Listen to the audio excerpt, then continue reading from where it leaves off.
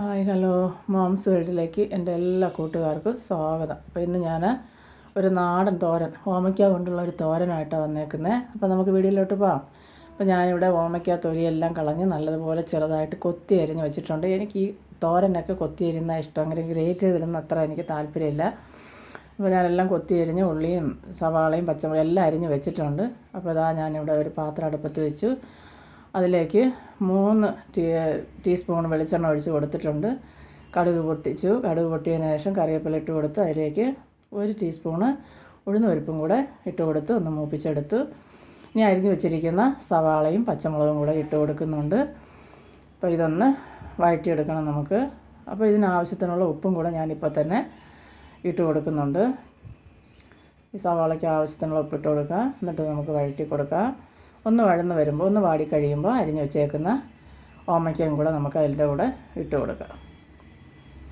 അപ്പോൾ ഇതൊക്കെ എല്ലാവർക്കും അറിയുന്ന തോരനാണ്. സിമ്പിളായിട്ടുള്ള ഒരു തോരൻ തന്നെ. ഞാനിപ്പോൾ വീഡിയോ ഇടുന്നൊന്നും അങ്ങോട്ട് വലുതായിട്ടൊന്നും ആരും അങ്ങനെ 10-12 പേരൊക്കെയാണ് കാണുന്നത്. ഇടണോ വേണ്ട, സത്യം പറഞ്ഞാൽ എൻ്റെ മനസ്സിപ്പോൾ മടുത്തിരിക്കുക. വേണ്ട വേണം അങ്ങനത്തെ 2 മനസ്സിലാണ് ഞാനിപ്പോൾ ഇടുന്നത് തന്നെ. അപ്പോൾ എന്തായാലും എടുത്തു വെച്ച വീഡിയോ ഉള്ളതുകൊണ്ട് ഇന്നും ഇടാമെന്ന് ഞാൻ വിചാരിച്ചു. നമുക്കിങ്ങനെ ഒത്തിരി നമ്മൾ പ്രതീക്ഷിച്ച് ഓരോന്ന് ചെയ്യുമ്പോൾ അത് ഇങ്ങനെ ആകുമ്പോൾ നമുക്കൊരു വിഷമം വരത്തില്ലേ. അപ്പോൾ അങ്ങനെ എൻ്റെ മനസ്സിപ്പോൾ എന്തോ ചെയ്യണമെന്നുള്ള സത്യം പറഞ്ഞ ഒരു തീരുമാനം എടുക്കാൻ പോലും എനിക്ക് പറ്റുന്നില്ല. അപ്പോൾ അതിന് ശേഷം ഞാൻ ഓമയ്ക്കെല്ലാം ഒന്ന് ഇട്ട് കൊടുത്ത് ഇളക്കി കൊടുത്തിട്ടുണ്ട്. ഇപ്പോൾ ഞാൻ വൻപയർ 1 കപ്പ്, ചെറിയ 1 കപ്പിന് 1 കപ്പ് വൻപയർ എടുത്ത് ഉപ്പിട്ട് പുഴുങ്ങി വെച്ചിട്ടുണ്ടായിരുന്നു. അതും കൂടെ ഞാൻ ഇതിൻ്റെ കൂടെ തന്നെ ഇട്ട് കൊടുക്കുന്നുണ്ട്. അപ്പോൾ ഈ ഓമയ്ക്കയും ഈ വൻപയറും എല്ലാം ഒന്നിച്ച് കിടന്ന് വെന്ത് വരുമ്പോഴതിനൊരു പ്രത്യേക മണവും രുചിയൊക്കെ. ചിലർ അവസാനം ഇടുന്നവരുണ്ട്. അതൊക്കെ ഓരോരുത്തരുടെ ഇഷ്ടമാണ്. ഞാനിങ്ങനെ വയ്ക്കുന്നത്. അപ്പോൾ ഞാൻ അതിനായിട്ട് അരപ്പ് ചതയ്ക്കാനായിട്ട് മഞ്ഞൾപ്പൊടി, ജീരകം, 2-3 ചുവന്നുള്ളി, 2 അല്ലി വെളുത്തുള്ളി ചേർക്കുന്നുണ്ട്. വൻപയർ ഗ്യാസ് ചിലർക്ക് പിടിക്കത്തില്ല. ഒരു 4 പച്ചമുളക്, പിന്നെ തേങ്ങ നല്ല ജീരകമായിട്ട് കൊടുത്തേക്കുന്നത്. അപ്പോൾ അതൊന്ന് ചതച്ചെടുക്കണം. ഇപ്പം നമ്മുടെ ആ വൻപയറും ഓമയ്ക്കൊക്കെ നല്ലപോലെ വെന്ത് കിട്ടിയിട്ടുണ്ട്. പയർ വേവിച്ചതാണ്, എന്നാൽ അതിൻ്റെ കൂടെ കിടന്ന് അതൊന്നുകൂടെ ഇതായിട്ടുണ്ട്. ഇനി ഇതിലേക്ക് നമ്മൾ അരച്ച് വെച്ചേക്കുന്ന അരപ്പിട്ട് കൊടുക്കുക. അപ്പോൾ ഇട്ട് കൊടുത്ത് നമുക്കിതൊന്ന് അടച്ച് വയ്ക്കാം. അപ്പോൾ ആവശ്യത്തിനുള്ള ഉപ്പൊക്കെ ഇട്ട് കൊടുത്തിട്ടുണ്ട്.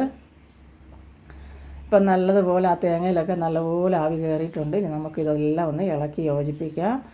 തോരനൊന്നും നമ്മൾ വെള്ളമൊന്നും ഒഴിച്ച് കൊടുക്കരുത്. വെള്ളം ഒഴിച്ച് കൊടുത്താൽ കുഴഞ്ഞു പോകും. തോരനും മെഴുക്കുരട്ടി ഇതിനൊക്കെ നല്ലതുപോലെ ആവിയിൽ നിന്ന് തന്നെ വേകുന്നതായിരിക്കും അതിന് ഏറ്റവും നല്ല രുചി കിട്ടുന്നത്. നമ്മൾ വെള്ളം ചേർത്ത് കഴിഞ്ഞാൽ വേറൊരു ടേസ്റ്റാണ് വരുന്നത്. അപ്പോൾ ഞാൻ ഈ തോരനോ മെഴുക്കുരട്ടിയൊക്കെ വയ്ക്കുമ്പോൾ വെള്ളമൊന്നും ചേർക്കാറില്ല. അത് എന്ത് തോരനായാലും ശരി തന്നെ. പയറൊക്കെ ആണെങ്കിൽ സെപ്പറേറ്റ് പുഴുങ്ങിയിട്ടില്ല നമ്മൾ വയ്ക്കുന്നത്.